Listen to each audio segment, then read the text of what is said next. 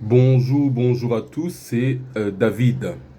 Ça faisait longtemps, mais nous sommes là avec cette belle matinée et ce beau soleil qui est là.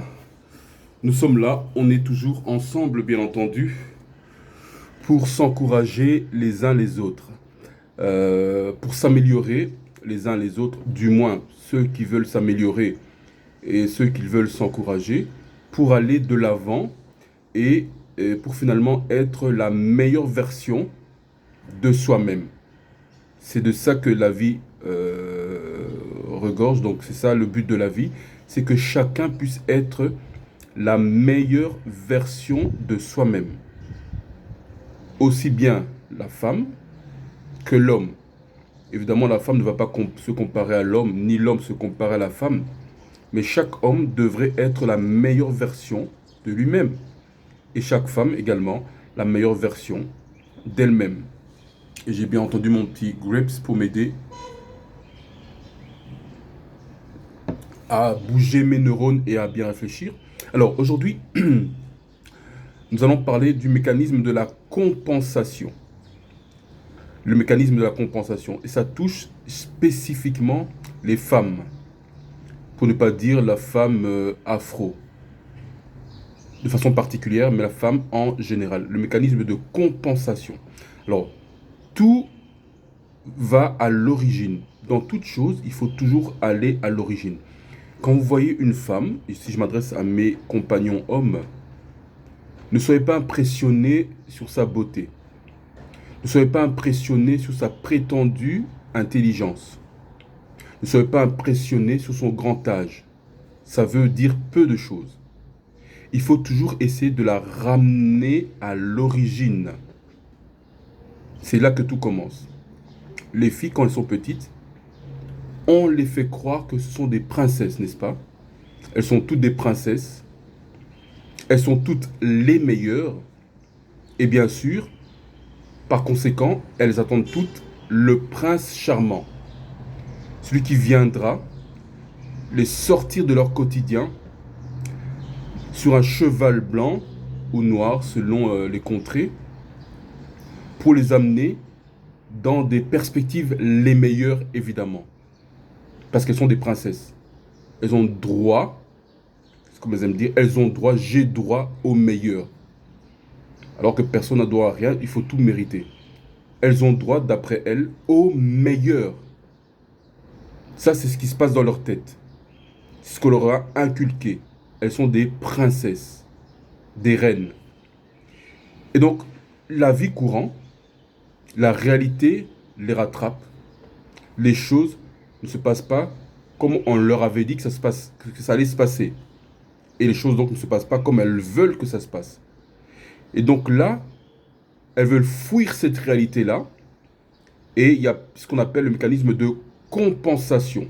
Elles vont compenser leur réalité par une vérité qu'on leur avait dit quand elles étaient plus petites. Alors, comment se passe ce mécanisme de compensation? Il y a plusieurs étapes, évidemment. La première étape, c'est quoi? C'est que il y a ce qu'on appelle l'effet Calimero. Elles en veulent à elles-mêmes. Elles trouvent que c'est la faute des autres si ce qu'elles voulaient n'est pas arrivé. Et elles s'en veulent parce qu'elles estiment qu'elles ont laissé les autres ne pas laisser leurs rêves se réaliser.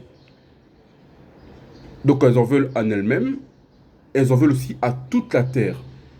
C'est ça l'effet Calimero. Elles ont du ressentiment. Et bien sûr, le ressentiment envers qui? Ben, le ressentiment évidemment envers l'homme. Puisque c'est l'homme qui serait à la base de tout cela. C'est l'homme qui leur a dit tout ça quand elles étaient plus petites. Et c'est l'homme qui a empêché que ça se réalise. Il y a l'effet Calimero. Alors bien sûr, elles veulent trouver une solution. Et pour trouver une solution, qu'est-ce qu'elles vont? Il y a la religion. Elles vont dans la religion. Pourquoi? Parce que la religion leur donne certaines perspectives. Si tu pries, tu auras tout ce que tu peux avoir. Tu auras finalement ton prince charmant qui viendra te sortir de ta réalité. Donc, elles vont à fond dans la religion. C'est comme ça qu'on a la majorité de religieuses, notamment du christianisme, ce sont des femmes afro. Parce que c'est la deuxième étape du processus de compensation, la religion. Elles se donnent à fond dans la religion. Elles sont dévotes, corps et âme, à la religion. Elles sont là tout le temps, à l'église, matin, midi, soir. Elles servent le pasteur. Parce qu'elles veulent sortir de leur réalité. Ça, c'est la deuxième étape. Donc, c'est la religion. Alors, la troisième étape maintenant, c'est quoi? Ben, c'est l'anxiété. Elles prient, elles sont tous les jours à l'église. Parfois même, elles donnent de grosses sommes, des dîmes, hein, des offrandes, pour que leurs rêves se réalisent. Mais in fine, ça ne se réalise toujours pas. Donc là, elles deviennent anxieuses. Elles se posent des questions. Mais qu'est-ce que j'ai fait? J'ai prié. J'ai donné de l'argent. J'ai donné de mon temps. Mais ma réalité ne change toujours pas. Ce prince charmant n'arrive toujours pas. Qu'est-ce que j'ai fait? Donc là, il y a l'anxiété qui arrive. Et parce qu'elles sont anxieuses, qu'est-ce qu'elles font? Elles se retirent, elles deviennent solitaires, seules. Elles sont seules dans leur combat. Elles sont seules dans leurs problèmes. La solitude, elles se sentent seules parce qu'elles se sentent incomprises. Incomprises des hommes et même incomprises de Dieu. C'est ce qu'elles disent, du moins. Et après cette étape de solitude, vient des étapes d'angoisse. Elles sont angoissées. Parce que si même Dieu ne les comprend pas, que les hommes ne comprennent pas, ça va encore. Mais si Dieu ne les comprend pas, c'est très grave. Et donc elles sont angoissées. Et là, elles veulent sortir maintenant de cette angoisse-là. C'est la prochaine étape. Elles s'allient avec d'autres femmes qui seraient dans la même situation. Ce qu'on parle le gang des sœurs. Ou bien de sister code. Elles se protègent entre elles. Elles s'encouragent entre elles. On va y arriver. Non, tu n'es pas seule, ma sœur. Non, tu n'es pas seule. Nous sommes ensemble. On vit la même chose. On doit se serrer les coudes entre nous. On va s'en sortir. Et c'est là que certaines commencent à dire même, on n'a pas besoin d'hommes. On peut être seule, indépendante, forte. Il faut persévérer. Il faut continuer à prier. Il faut donner davantage. Dieu est avec nous. Le gang des sœurs, ou bien elles sont en code, sister code. Et finalement, qu'est-ce qui arrive? Leur réalité ne change toujours pas. Donc là, on n'a pas une réalité qui ne change pas, mais on a plusieurs réalités qui ne changent pas.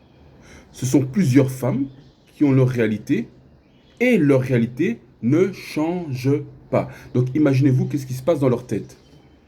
Avant, elles se disaient, oui, donc c'est peut-être moi. Mais là, finalement, elles se rendent compte qu'il n'y a pas que elles. Elles sont plusieurs. Et donc, qu'est-ce qui se passe? Ça augmente davantage le stress. Ça augmente davantage les angoisses. Donc, on est reparti avec le cercle vicieux et on tourne en rond. Mais cette fois-ci, on est reparti dans le cercle vicieux. Elle n'est pas repartie seule, la femme, mais elle est repartie dans ce cercle vicieux avec un groupe de femmes. On repart avec l'effet Calimero. Et donc, de fil en aiguille, le cercle va grandir parce qu'il y aura davantage de femmes qui vont s'ajouter pour augmenter le gang des sœurs. Vous imaginez quel sera l'effet final? Donc la compensation est une très mauvaise chose pour la femme. Qu'est-ce que la femme doit faire alors? Quelle est la solution? Elle doit sortir de ce mécanisme de compensation. Et il faut repartir à l'origine pour cela. Elle doit comprendre que tu n'es pas une princesse. Rien ne t'est dû dans ce monde. Tout dans ce monde est mérité. Il faut travailler pour obtenir toutes choses. Donc, si tu veux certaines choses, femme, ce que j'ai à te dire, tu dois être en mesure de l'obtenir. Tu dois être en état psychologique, émotionnel pour obtenir cette chose-là.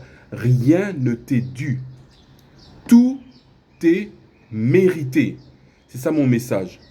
Pour sortir de la compensation, c'est ça. Tout est mérité et rien ne t'est dû. À la prochaine.